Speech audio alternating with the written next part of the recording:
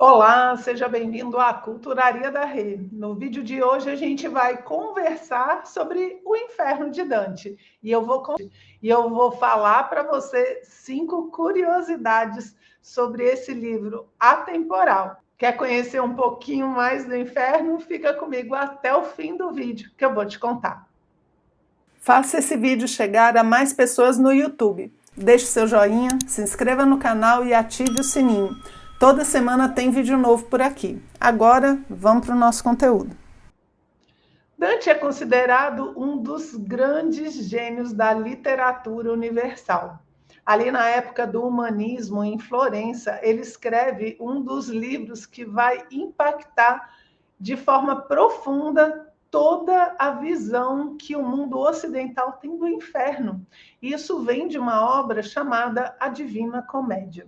Se você não conhece, nunca ouviu falar da Divina Comédia de Dante, vou deixar o link aqui, né, o cartãozinho do vídeo que a gente tem aqui no canal falando sobre essa obra, para você conhecer um pouquinho mais.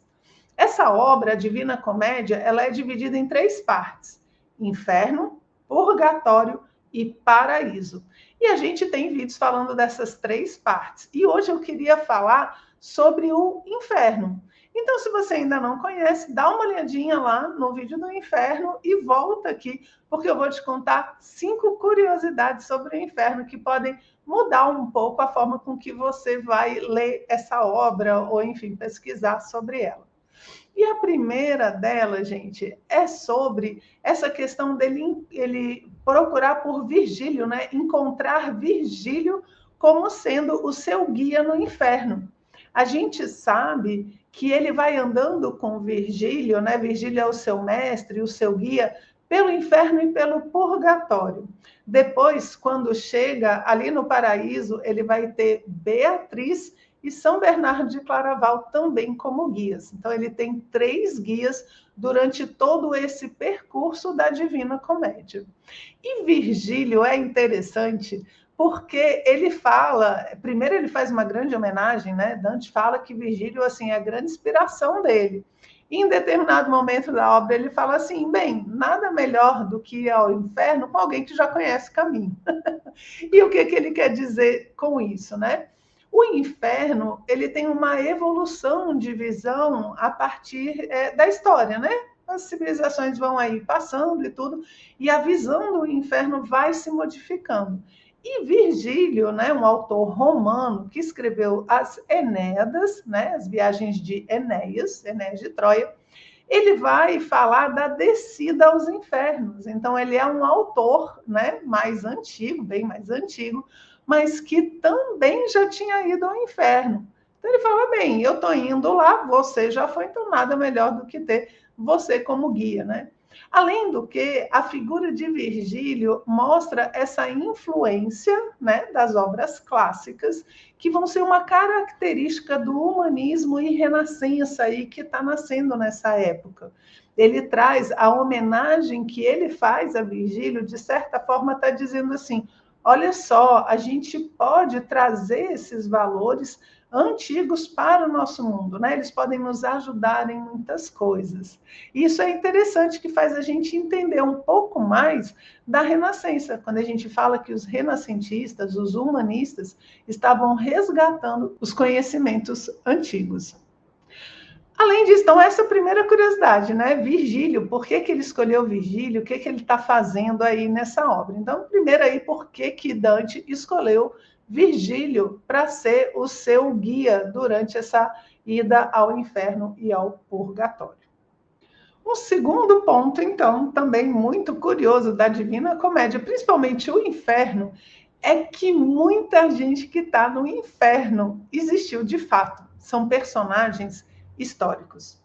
Por exemplo, quando você está entrando ali no inferno junto com Dante, ele chega no círculo dos apaixonados, aqueles que se deixaram levar pela paixão, esquecendo da razão.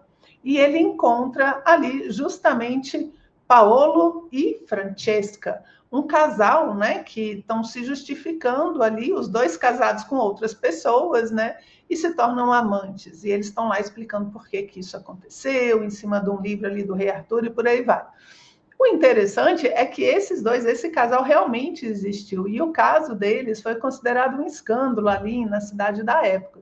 Então é interessante porque você imagina que é só uma figura, né? Mas como ele quer trazer para a sua Divina Comédia um tom de realidade, como quem diz assim, olha, cuidado o que você faz na sua vida, porque se você não se cuidar, olha só o que aconteceu com o Paolo e com a Francesca, né?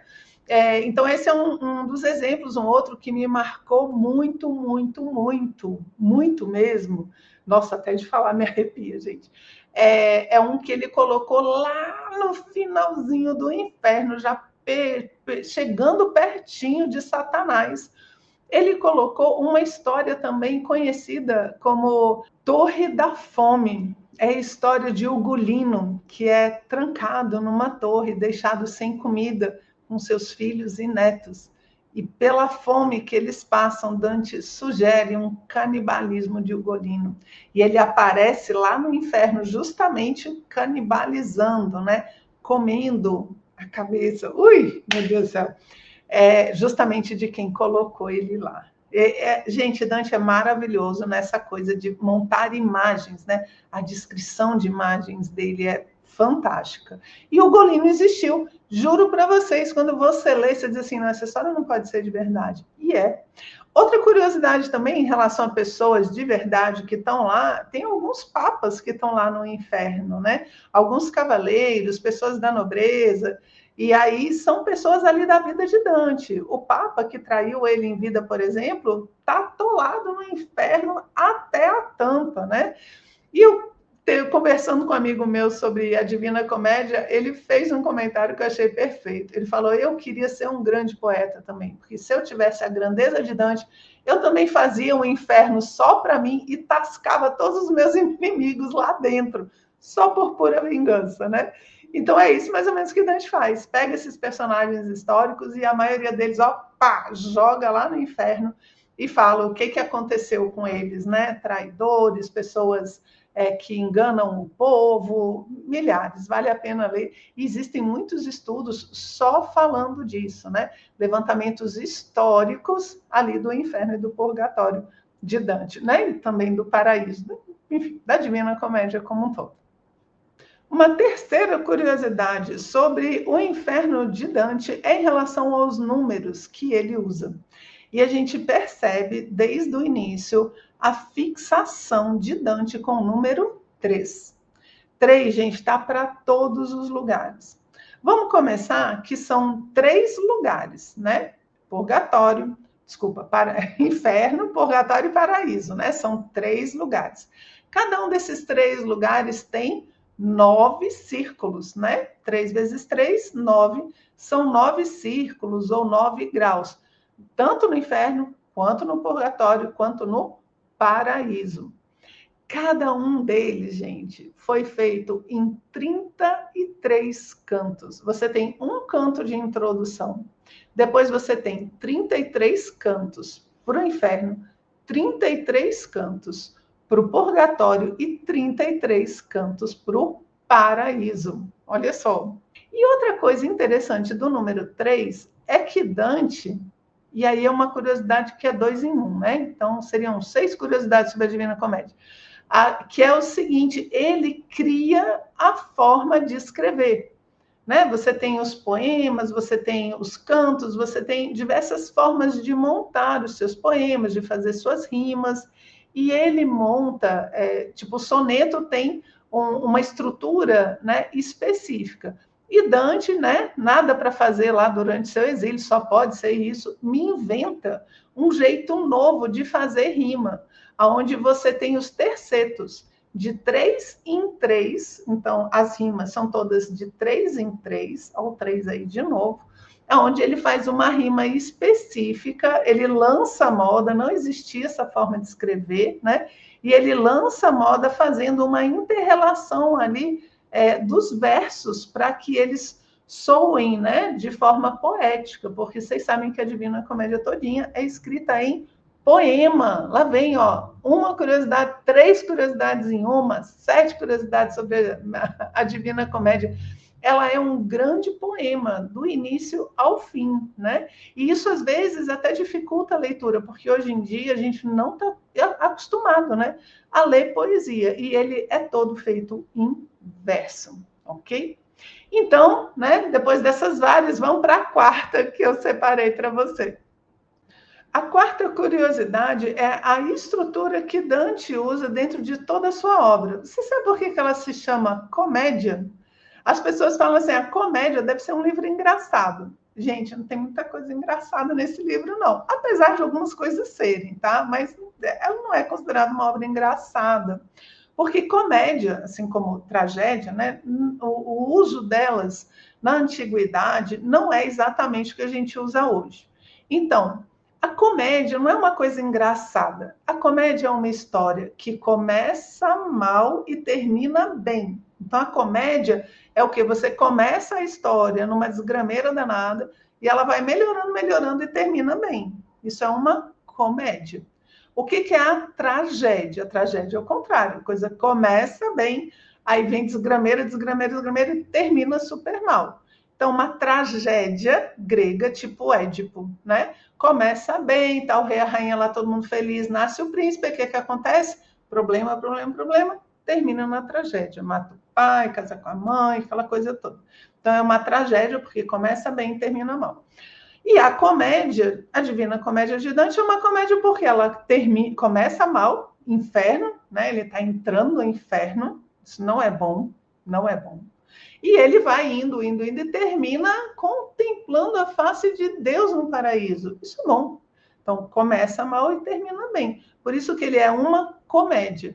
E ele junta dentro da história tanto a mitologia pagã, que está vindo com todo esse conhecimento que as cruzadas estão trazendo, dos livros que estão chegando ali, né? Dos árabes, daquela região, e tudo que está acontecendo em termos de proliferação do conhecimento clássico. Ele traz todo o seu conhecimento de mitologia. Gente, essas pessoas são geniais, são geniais. Elas conhecem muita coisa, muitos nomes, muitas relações. É fantástico você ler. Por quê? Ele vai conseguindo escolher personagens muito precisos para as coisas que ele quer. E ele traz muitos da mitologia. Por exemplo, quando ele vai falar da usura, quando ele vai falar ali dos 7 pecados capitais, ele traz o mito de Midas, que tudo que Midas toca vira ouro. Aí você pensa assim, mas como é que isso é um problema para purgar? Tudo vira ouro, né? O problema, gente, de tudo vira ouro é que Midas, quando ele toca num copo d'água, vira ouro também, e ele não consegue beber, né?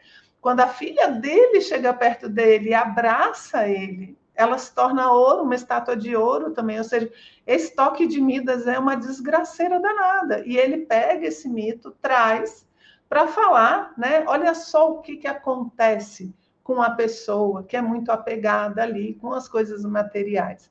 Esse tipo de relação vai mostrando como Dante conhece de psicologia, de mitologia, da natureza humana e como ele vai juntando isso tudo.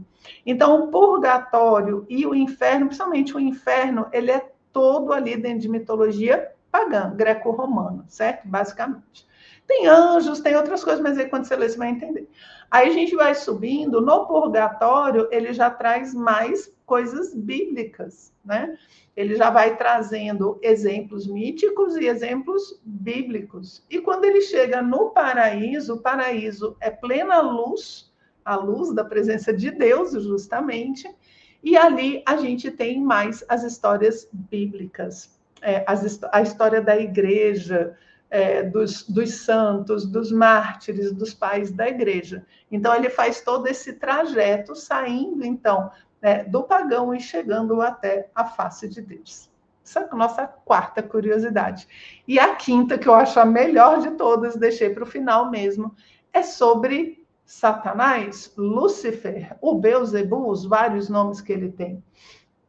Qual é a ideia que a gente faz do demônio? Qual é a ideia que a gente faz do diabo, né? Ele ali com seu tridente, mal para chuchu, né? Pessoa má ali, tudo quente, ele vermelho, cheio de chamas, porque o inferno é um lugar quente, onde as pessoas queimam e ardem no fogo do inferno. E o que Dante faz? Ele não faz isso. Olha só a sutileza. Gente, será que isso daqui se caracteriza como spoiler? Não sei, mas eu vou contar porque é muito interessante. Quando você vai indo, você vai passando o inferno todo. São 9 círculos, tem um monte de coisa que acontece. Quando você vai chegando perto do último ponto do inferno, você vai encontrar Satanás. E ele coloca Satanás, primeiro ponto, preso na cintura. Ou seja, ele não pode fazer mal, ok? Ele não pode sair de lá e correr atrás de você, porque ele está preso. Que é como quem diz assim, o verdadeiro Satanás somos nós que criamos, né? O verdadeiro sofrimento não é ele que cria para a gente, somos nós que criamos com os nossos próprios atos, que vão nos colocar ali nos círculos do inferno. Mas não ele, porque ele está preso. E o inferno, lá no finalzinho, pasme você, ele é gelado. Ele é completamente congelado. É um mar de gelo aonde Lúcifer está preso. E por que lá é gelado desse jeito? Ele fala que Lúcifer bate as suas asas e esse bater de asas gera um vento tão gelado que congela tudo que está em volta. E ele diz que o fundo do inferno, o mais profundo inferno, é o coração congelado, é a frieza da ausência do amor de Deus. Ai, gente, isso é lindo demais. Isso é lindo demais. O que é o verdadeiro inferno? A ausência do amor de Deus. Olha só. Então, isso também é uma das curiosidades, porque o inferno de Dante não é exatamente como a gente acha, quente, né? E aquela coisa toda, mas sim, o verdadeiro sofrimento é não estar perto do amor de Deus. Ai, gente, muito legal, uma obra fabulosa. Com certeza a gente vai ter mais coisas sobre ela aqui no nosso canal. Espero que você tenha gostado e a gente se vê no próximo vídeo. Um abraço.